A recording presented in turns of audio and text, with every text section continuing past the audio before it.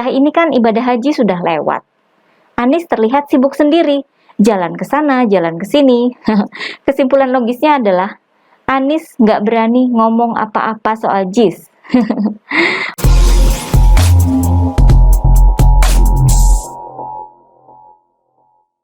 Halo guys, kembali bersama saya Nina Nur. Kita akan mengulik dunia politik dengan awas, waras, dan cerdas. Masa ibadah haji sudah lewat. Sudah lebih dari seminggu ya, bahkan hampir 2 minggu. Namun Anies masih berada di Arab Saudi dengan berbagai kegiatan. Kegiatan Anies ini disebarkan lewat akun media sosialnya.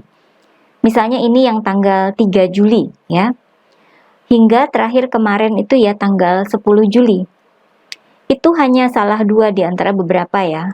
Sementara oleh para buzzer dan pendukungnya, video Anies jalan-jalan dengan dikawal tentara juga banyak diedarkan di medsos. Ini salah satunya ya.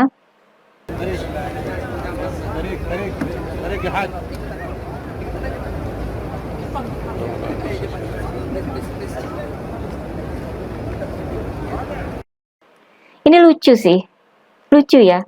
Karena jadi aneh aja, nggak ada kerusuhan, nggak ada keramaian, nggak ada yang ngejar-ngejar, yang minta selfie pun nggak ada.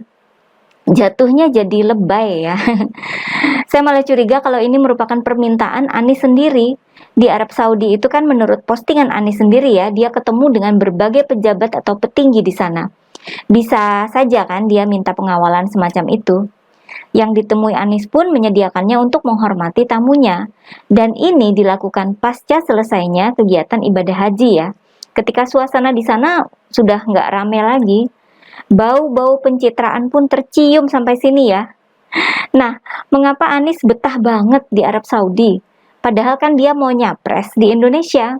Bukannya lebih efektif untuk safari politik ke berbagai daerah di Indonesia kan?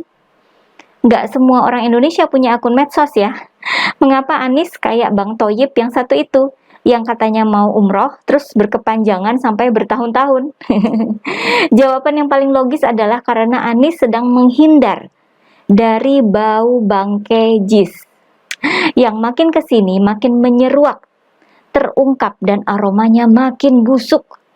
Sejauh ini kan yang menanggapi rencana pemerintah merenovasi JIS itu ya pendukung Anies dan jubir Anies ya.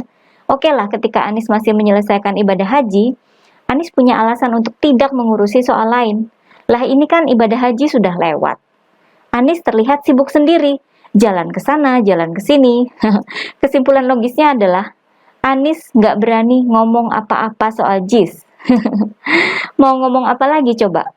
Konsultan asing dari Inggris yang selama ini digembar-gemborkan sebagai perancang stadion JIS sudah mengklarifikasi perannya. Ternyata Biro Happold ini tidak diminta untuk mendesain JIS. Mereka juga tidak terlibat dalam pekerjaan konstruksi selanjutnya. Maksudnya setelah tahap desain selesai, kemudian dilanjutkan dengan tahap konstruksi, Biro Happold sudah tidak lagi terlibat. Peran mereka hanya membuat panduan desain dan jasa konsultasi dari Desember 2018 hingga Maret 2019. Oleh Biro Happold juga diungkap bahwa yang mendesain JIS itu adalah pihak lain yang ditunjuk oleh PT Jakarta Konsultindo atau Jakon. Jakon ini anak usaha dari Jakpro. Jadi gini susunannya ya, Jakpro itu BUMD, Badan Usaha Milik Daerah, yang diserahi tugas membangun dan mengelola JIS. Jakpro memakai anak usahanya, Jakon, sebagai rekanan konsultan. Dan Jakon inilah yang kemudian berhubungan bisnis dengan Biro Happold. Panjang ya jaringannya. Jakon sendiri pada awal tahun ini mengakui mereka menderita kerugian dan punya utang. Agak mencurigakan ya. Tapi kita terus dulu membahas soal JIS ya. Waktu bikin panduan desain, Biro Happold sudah memastikan agar seluruh aspek yang berkaitan dengan standar FIFA itu terpenuhi. Setelah itu, Biro Happold diminta meninjau konsep desain yang dipersiapkan oleh pihak lain, yaitu konsultan yang ditunjuk oleh Jakon. Di situ, Biro Happold menemukan ada beberapa bagian yang tidak sesuai dengan panduan yang mereka buat. Jelas ya, sangat-sangat clear. Padahal dalam rekam jejaknya Jakpro, pada bulan September tahun lalu, jelas-jelas Jakpro menyatakan bahwa Biro Happold yang merancang JIS. Jakpro juga menyatakan bahwa dalam proses desainnya, Jakpro didampingi langsung oleh FIFA. Pernyataan ini dikeluarkan Jakpro untuk memprotes keputusan PSSI yang membatalkan pertandingan FIFA di JIS waktu itu ya. Dan sekarang terbukti kalau Jakpro berbohong. Nah, menanggapi rencana pemerintah yang mau merenovasi JIS, kubu Anies sempat memberikan keterangan resmi pada media. Ini dirilis beberapa hari sebelum Bureau Happold membongkar segala kebohongan mereka ya. Apa kata tim Anies? Katanya JIS tidak perlu direnovasi. JIS katanya dibangun oleh konsultan Bureau Happold sehingga dalam desainnya sudah pasti mengikuti standar dari FIFA. Sekali lagi, ini bohong ya. Bahkan tim Anies menyebut pihak yang bilang JIS tidak sesuai standar FIFA itu adalah pihak yang merendahkan Bureau Happold. Ternyata beberapa hari kemudian, Bureau Happoldnya sendiri yang membongkar kebohongan mereka. Ambiar.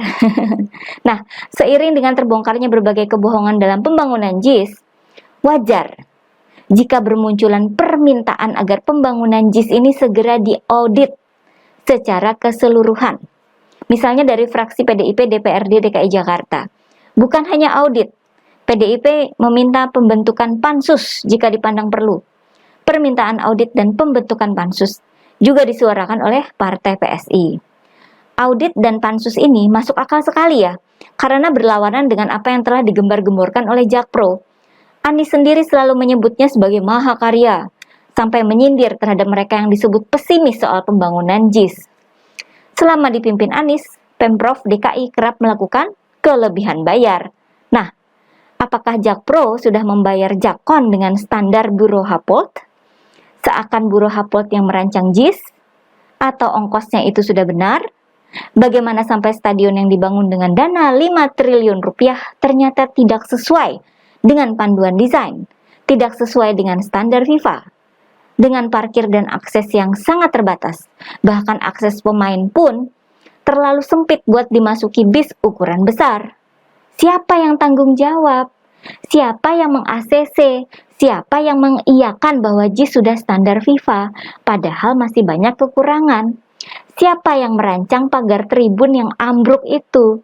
Stadion 5 triliun kok bisa ambruk? Pertanyaan yang utama adalah, mengapa kubu Anies sangat berkeras untuk menolak renovasi JIS? Apa yang disembunyikan?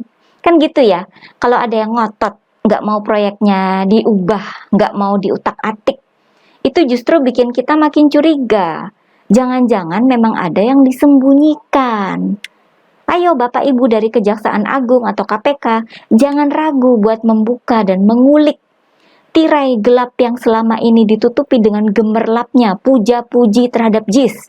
Itu duit rakyat loh. Anies aja bungkam, gak berani komentar, atau jangan-jangan gak berani pulang kayak dulu sang imam besar. Kita tunggu kelanjutannya ya. Begitulah, bau-bau bangke. Oke guys, jangan lupa like dan subscribe channel Siwar TV ya. Kura-kura memang juara.